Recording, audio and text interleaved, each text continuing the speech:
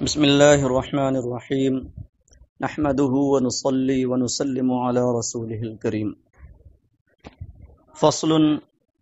الحال لفظ يدل على بيان هيئة الفاعل أو المفعول به أو كليهما. یہ چھٹی فصل ہے.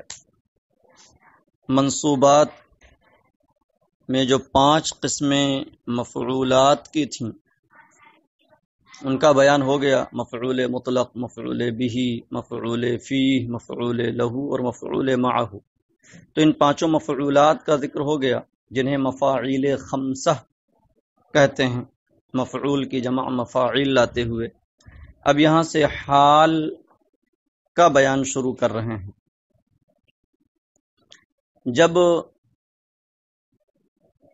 فعل پایا جاتا ہے تو فاعل یا مفعول بھی کہ اس وقت کوئی نہ کوئی حالت ضرور ہوتی ہے. تو اگر جملے کے اندر فاعل یا مفعول بھی کی اس حالت کو ذکر کر دیا جائے تو جس لفظ سے اس ہیئت کو، حالت کو بیان کیا جاتا ہے اسی کو حال کہتے ہیں. اور یاد رہے کہ یہ الحال مؤنث استعمال ہوتا ہے. تو کہتے ہیں کہ الحال لفظ يدل على بیان ہیئت الفاعل. حال ایسا لفظ ہے جو فاعل کی یا مفعول بھی کی یا دونوں کی حالت بیان کرنے پر دلالت کرے، چاہے سیدھے سیدھے بیان کرے. حال ایسا لفظ ہے جو فاعل یا مفعول بھی یا دونوں کی حالت بیان کرے. یعنی کبھی ایسا ہوگا کہ صرف فاعل کی حالت بیان کی جائے گی، کبھی ایسا ہوگا کہ صرف مفعول بھی کی، اور کبھی ایسا ہوگا کہ حال جو ہے وہ دونوں کی حالت بیان کرے گا. نحو جاءنی زید راکبا، زید میرے پاس سوار ہو کر آیا. تو یہاں راکبا جاء سے جاءنی زیدن میں زیدن فاعل سے حال ہے، زید سوار ہو کر آیا. تو زید جو فاعل ہے اس کی حالت بیان کی جا رہی کہ آنے کے وقت وہ سوار تھا. وَضَرَبْتُ زَيْدًا مَشْدُودًا، اور میں نے زید کو باندھ کر مارا، یعنی میں نے مارا اس حال میں کہ زید بندھا ہوا تھا. تو جس وقت اس پر مار پڑ رہی تھی وہ کس حالت میں تھا؟ مشدود تھا، بندھا ہوا. شد شد مانے باندھنا، اسی سے اس میں مفعول ہے مشدودن. تو یہاں پر مشدودن جو ہے زیدن مفعول بھی سے حال ہے، اس کی حالت بیان کر رہا. وَلَقِيتُ عَمْرًا رَاكِبَيْنِ، اور میں نے عمر سے ملاقات کی اس حال میں کہ ہم دونوں سوار تھے. تو راکبین یہاں پر لقیتو میں تو ضمیر فاعل اور عمرن مفعول بھی، دونوں سے حال ہے، دونوں کی حالت بیان کر رہا ہے. یاد رہے کہ جس فاعل یا مفعول بھی کی حالت بیان کی جائے اس سے حال لایا جائے، اس فاعل یا مفعول بھی کو ذو الحال کہتے ہیں، یعنی حالت والا. ذو مانے والا. کبھی ذو الحال کو صاحب الحال بھی کہا جاتا ہے. تو خلاصہ نکلا کہ حال ایسا لفظ ہے جو فاعل یا مفعول بھی یا دونوں کی حالت بیان کرے. اب آگے کہتے ہیں وَقَدْ يَكُونُ الْفَاعِلُ مَعْنَوِيًّا.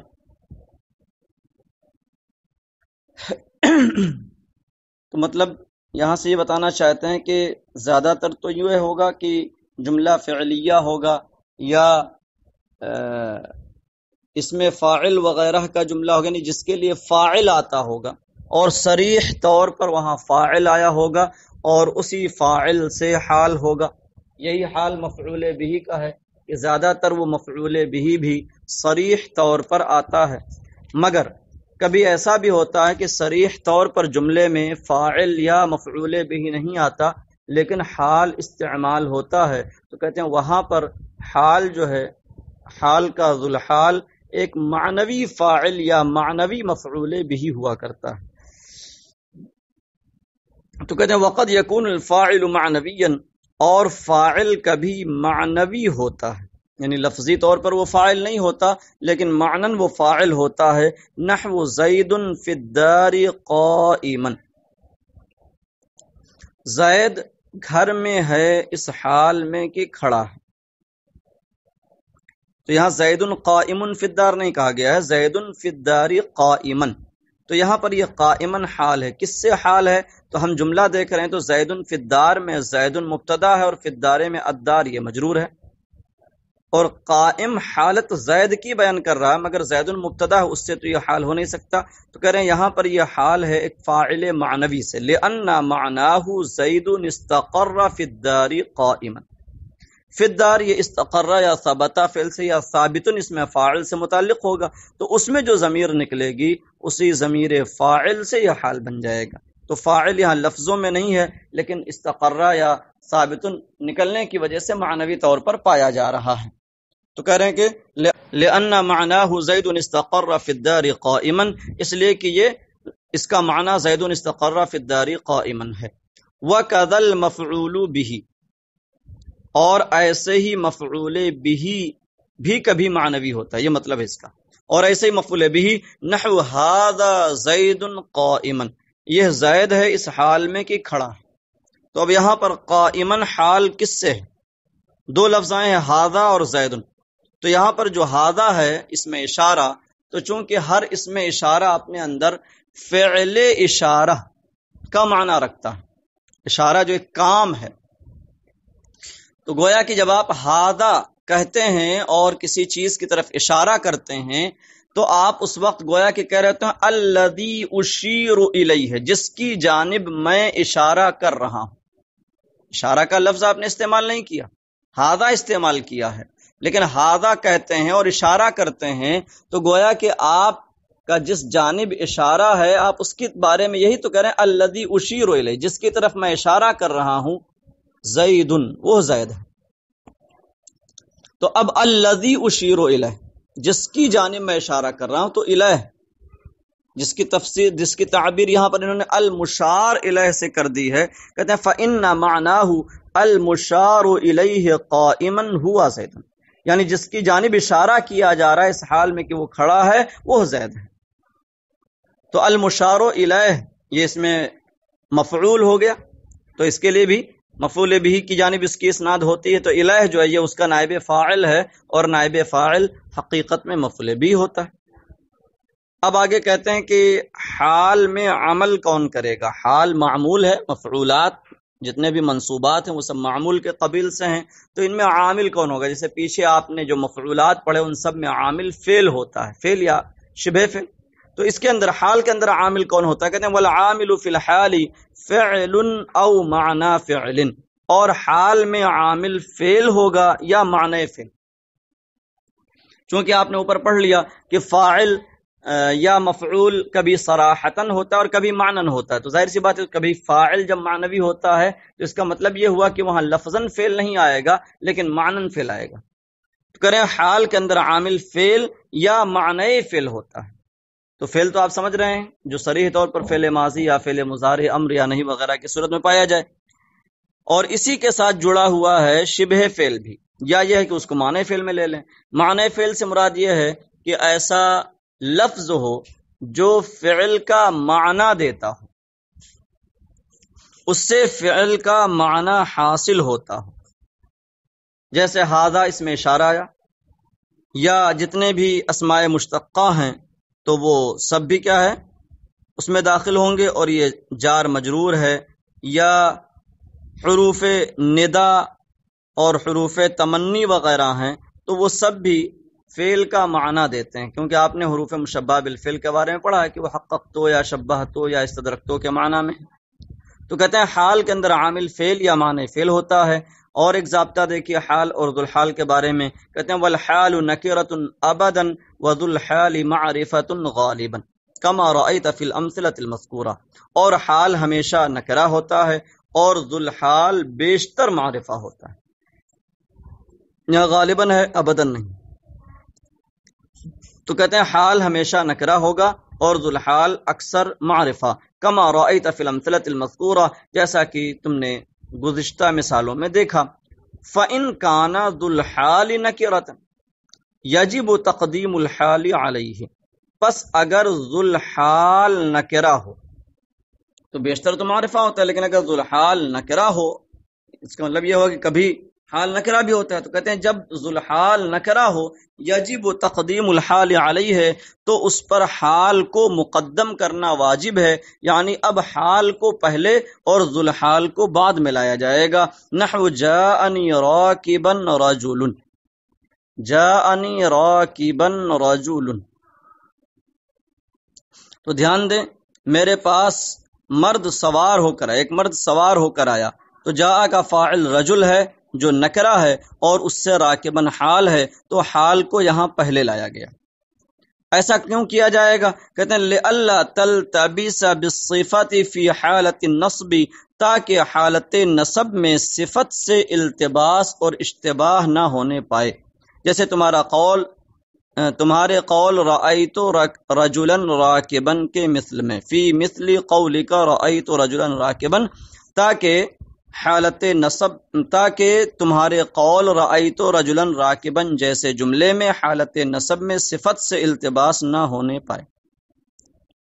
مطلب کیا ہوا کہ اگر ذوالحال نکرہ ہے اور اس کو ہم پہلے رکھتے ہیں اور حال کو بعد میں لاتے ہیں اور حالت نصب کا جملہ استعمال کریں تو ہو جائے گا رأیت رجلا راکبا.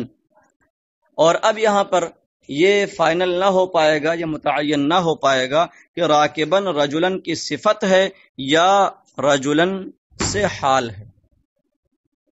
اب یہاں آپ سوچ رہے ہوں گے کہ رأیت رجلن راکبن کو اگر ہم صفت ہی بنا دیں تو دونوں میں آخر فرق کیا ہو رہا ہے؟ حال ہونے سے کیا ہوگا اور صفت ہونے میں کیا، دونوں میں فرق کیا ہوتا ہے؟ تو یاد رہے کہ حال جو لایا جاتا ہے وہ صرف اس فعل کے وقت اس کی اس حالت کو بیان کرتا ہے کہ اس کام کرنے کے وقت اس کی یہ کیفیت تھی، اور صفت جو ہوتی ہے وہ مطلقاً اس کی حالت کو اور اس کی اچھائی یا برائی کو بیان کرتی ہے، اس فعل کے وقت یا اس کام کرنے اور نہ کرنے سے اس کا کوئی تعلق نہیں ہوتا. تو یہ صفت میں اور حال میں فرق ہوتا ہے. تو اس وجہ سے دونوں میں فرق کے لیے اگر ذوالحال نکرہ ہے تو کہتے ہیں کہ حال کو اس سے پہلے لانا ضروری ہوگا تاکہ حالت نصب میں صفت اشتباہ نہ ہونے پائے، دونوں خلط ملط نہ ہونے پائیں. تو پس اگر ذوالحال نکرہ ہو تو اس پر حال کو مقدم کرنا واجب ہے، جیسے جاءنی راکبا رجل، تاکہ حالت نصب میں صفت سے التباس نہ ہونے پائے تمہارے قول رأیت رجلا راکبا جیسے جملے میں.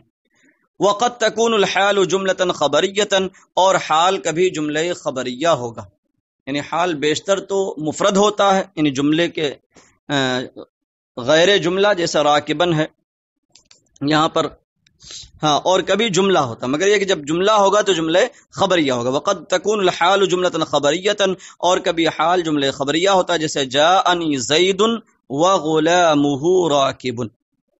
وغلامہ، میرے پاس زید آیا اس حال میں کہ اس کا غلام، اس کا لڑکا سوار تھا. تو غلامہ راکبن یہ زیدن سے حال واقع ہے. یہ واو جو یہاں بیچ میں اس کو واو حالیہ کہتے ہیں. یا جملہ استعمال کریں آپ، جاءنی زید یرکب غلامہ، آیا میرے پاس وہ زید جس کا لڑکا سوار ہے، سواری کرتا ہے. تو اب یہاں پر یرکب غلامہ یہ زیدن سے حال ہو جائے گا. دو مثالیں یہاں پر لائی گئیں، ایک مثال جملہ اسمیہ کی ہے اور دوسری مثال جملہ فعلیہ کی ہے. وَمِثَالُ مَا كَانَ عَامِلُهَا مَعْنَى الْفِعْلِ نَحْوُ هَذَا زَيْدٌ قَائِمًا. کہتے ہیں اور اس حال کی مثال جس کا عامل معنی فعل ہو، کیونکہ پیچھے کہا کہ حال میں عامل کبھی فعل اور کبھی معنی فعل ہوتا ہے، تو معنی فعل والے کی مثال کیا ہوگی؟ کہتے ہیں اور اس حال کی مثال جس کا عامل معنی فعل ہو، نحو ھذا زید قائما، ھذا زید قائما جیسا جملہ ہے. تو اس حال کی مثال جس کا عامل معنی فعل ہو، ھذا زید قائما ہے، معناہ انبہ و اشیر.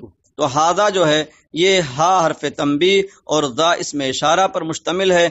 ہا جو ہے انبہ کا معنی دے رہا ہے اور ذا اسم اشارہ اشیرو کا معنی دے رہا ہے. اس طریقے سے یہاں معنی فعل حاصل ہو گیا اور اس سے قائمن حال بنانا درست ہو گیا. قرآن مجید میں بھی یہ کئی جگہوں پر ھذا اسم اشارہ لایا گیا اور وہاں حال استعمال کیا گیا، جیسے ھذا صراط ربک مستقیما، تو مستقیماً یہاں پر حال ہوگا، ھذا کے اندر جو معنی اشارہ پایا جاتا ہے وہ اس کے اندر عامل بنے گا، اور اسی کے اندر جو مفعول بھی معنوی پایا جا رہا ہے اسی سے وہ حال واقع ہوگا۔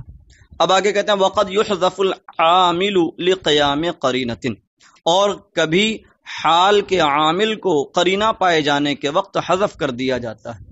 مطلب یہ ہے کہ اصل تو یہی ہے کہ اس کے عامل کو ذکر کیا جائے، مگر یہ ہے کہ کبھی اس کے عامل کو حذف کر دیا جائے، کما تقول للمسافر سالما غانما، جیسا کہ تم مسافر سے کہو سالما غانما، یعنی جو سفر پر جا رہا ہے اس سے کہو سالما غانما، اے ترجع سالما غانما، تم سلامت اور غنیمت کے ساتھ لوٹو۔ تو ترجع جو عامل تھا سالمن غانمن کا وہ یہاں مقدر ہے، محذوف ہے۔ تو یہ حال کی فصل مکمل ہوئی، اور آگے پھر تمییز کی فصل آ رہی، اسے ملائیں۔